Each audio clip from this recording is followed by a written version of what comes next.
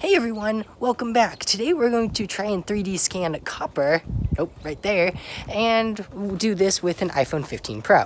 It may or may not work because the Lidar scanners I've had iffy results at best, especially with copper not being super large, so I guess we'll see. If it doesn't work, well, I guess we'll make a low poly version of her in Blender. So either way, let's go and flip.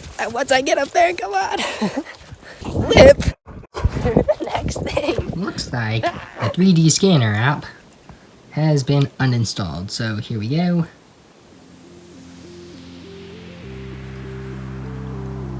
While it's installing, let's get copper in place. Come here, girl.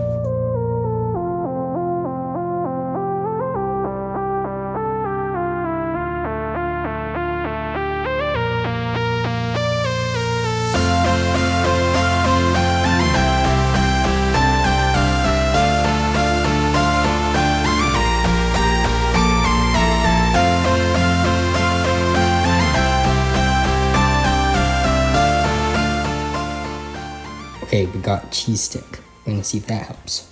Also, yeah, that, you know.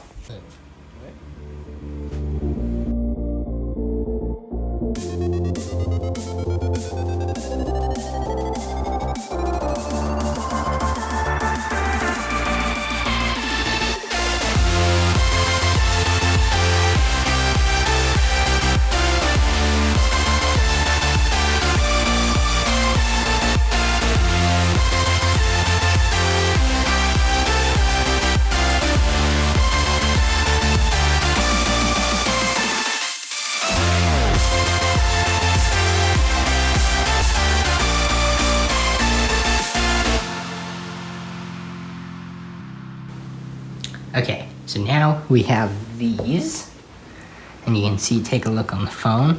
I think this export isn't half bad, though, yeah, I definitely need to clean it up. But we're gonna get it into Blender right there. Let's see if, I think just share.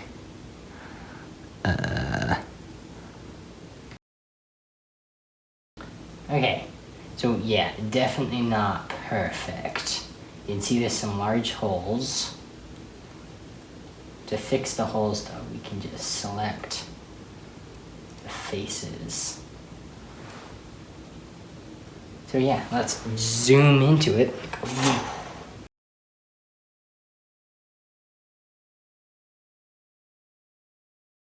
So after tweaking it a little bit in Blender, you could see the result is still kind of iffy. I'm thinking that I'm still going to try making a low poly version of copper and see how that works. But anyways, yeah, let's go do that. Woo.